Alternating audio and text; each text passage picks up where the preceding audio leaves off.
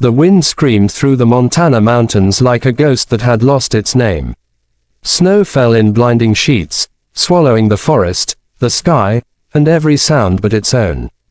The temperature had dropped so fast that the old cabin groaned, its wood cracking under the weight of the storm. Inside, the dim fire in the hearth flickered weakly, fighting to stay alive. Ethan Cole, a 32-year-old wildlife photographer, crouched near the fire, wrapping his hands around a tin cup of coffee that had gone cold long ago. He was stranded, miles from the nearest town, his truck buried beneath 6 feet of snow. What was supposed to be a 3-day trip into the wild for a winter documentary had turned into a fight for survival. Outside, something howled. He froze. It wasn't the wind this time. It was sharp, trembling, and heartbreakingly small, the sound of a creature begging the world to notice it. Ethan stood, pulling on his thick parka, his instincts warring with reason. No one, and nothing, should be out there in a storm like this. But the cry came again, closer, weaker. He grabbed his flashlight and opened the cabin door.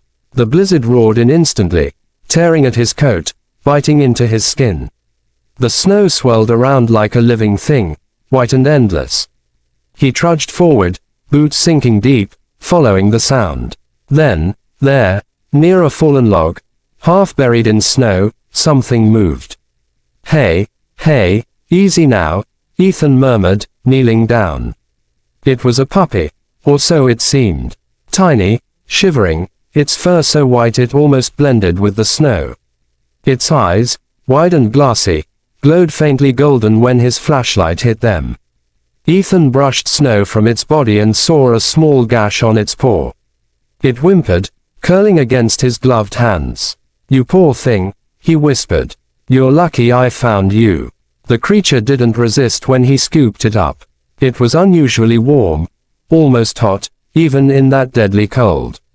Ethan carried it back through the storm, every step heavier than the last, until he slammed the cabin door shut behind him. The wind howled against the wood, angry that he had taken something from its grasp. Inside, by the fire, the puppy stirred. Ethan wrapped it in an old blanket and poured a bit of warm milk into a bowl. It sniffed it once before drinking greedily, its tiny body trembling. "What are you doing out here all alone?" Ethan asked, half to himself. No collar, no tags, not even a footprint trail. He frowned at that. The snow outside was unbroken, no signs of where the animal had come from. He shook the thought off. Maybe the tracks had been covered fast. The storm was vicious enough for that. He named it Shadow, for the way it followed him around the small cabin that night, silent and watchful. By morning, the storm had calmed, leaving the world buried under an ocean of white. Ethan checked his supplies, 3 days' worth of food if he rationed carefully. The radio still crackled with static. No help was coming soon. Shadow sat by the door, staring out the window, ears perked as if listening to something far away. When Ethan looked at him closely, he noticed strange things. The eyes seemed to shift color with the light, flickering between gold and amber. And his teeth, when he yawned, they looked sharper than any puppy's should be. "Guess I found a tough little survivor," Ethan said, forcing a smile. "We'll get through this together." That night, as the temperature plunged again, Ethan woke to a strange sound, not outside, but inside. The fire had died down to embers.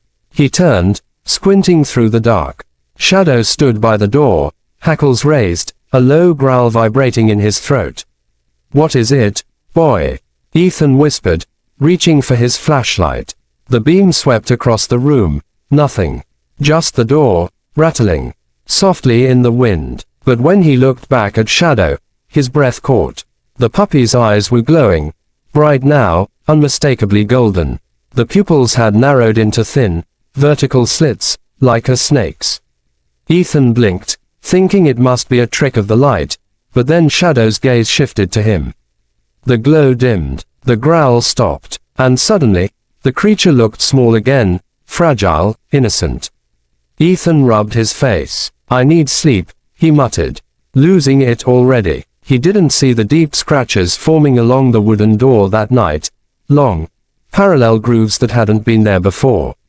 Over the next few days, Ethan noticed more changes. Shadow grew, fast, too fast. By the 5th morning, he was no longer a tiny puppy but the size of a medium dog, muscles rippling beneath sleek white fur. His eyes now gleamed with an almost human intelligence, tracking Ethan's every move. He barely ate the canned food Ethan gave him but stared into the woods as if listening to something only he could hear. The air around the cabin began to feel different, heavier, quieter. The forest, once alive with birds and movement, was dead still. Even the wind seemed to avoid the clearing. One morning, Ethan stepped outside to check the generator, and froze. There were tracks in the snow.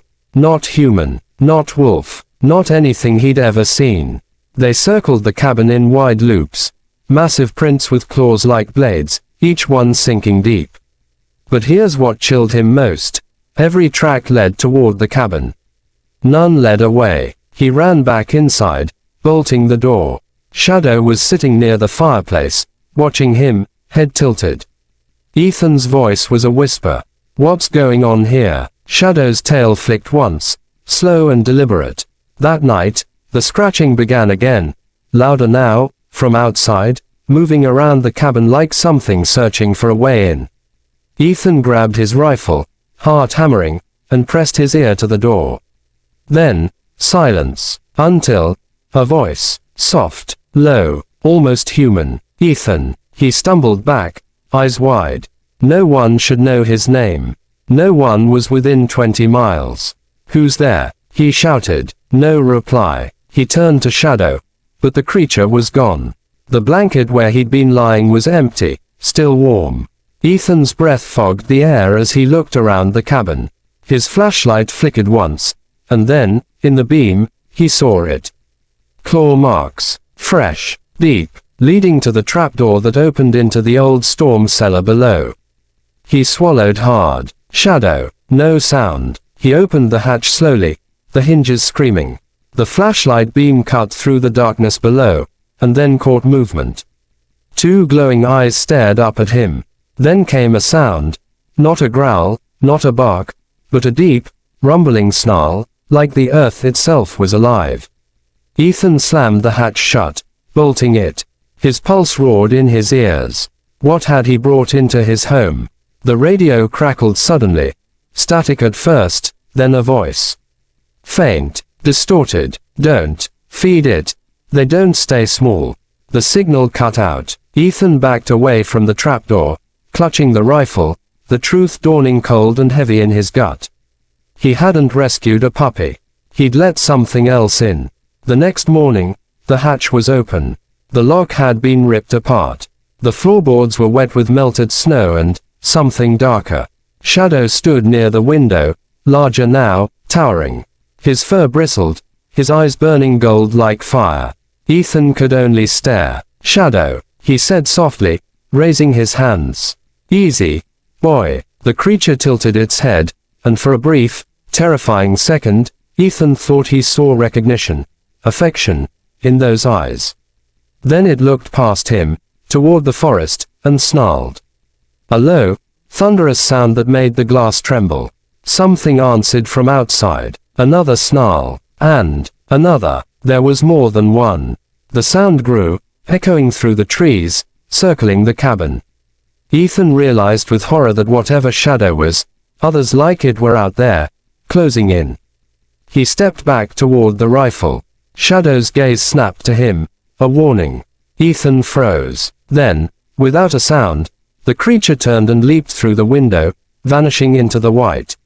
The blizzard began again that night, fiercer than ever, as if the mountains themselves were trying to bury what had awakened. Ethan sat by the dying fire, trembling, the storm screaming outside. Every few minutes, he thought he heard footsteps circling, whispering, scratching. And somewhere out there in the dark, the creature he'd saved was no longer a helpless puppy. It was something ancient, something hunting. The storm raged for 3 days. Ethan barely slept. Each night, the growls outside came closer, circling, waiting. On the fourth morning, silence fell. A dead, impossible silence. He opened the door. The forest was untouched. No tracks, no sound, as if nothing living remained. Then, from the tree line, shadow emerged. Taller now, twice the size of a wolf, its fur glowing faintly beneath the pale sky. The golden eyes locked on him, not with hate, but something deeper. Ethan stepped forward slowly, rifle lowered. "You're not a monster," he whispered. "You just needed someone." Shadow's gaze softened. For a heartbeat, the blizzard stilled around them. Then, a distant call echoed, low and commanding. Shadow turned his head toward the mountains. Ethan saw others, massive shapes moving through the mist. The creatures of legend, alive. Ethan swallowed hard. "Go," he said. "Find them." Shadow hesitated, then pressed its massive head gently against Ethan's chest. One final, wordless thank you. Then it vanished into the snow, joining the pack that the world had long forgotten. Ethan watched until they disappeared beyond the ridge. The storm lifted, sunlight breaking through the clouds like fire through ice. He raised his camera and took a single picture. Proof not for the world, but for himself. Proof that some miracles are terrifying, and some monsters are only lonely souls waiting to be saved. As the light warmed his face, Ethan whispered, "Maybe we were both rescued." The wind carried the sound away, gentle now. If this story gave you chills, heart, and hope, hit that subscribe button, because every story hides a truth, and the next one might just find you.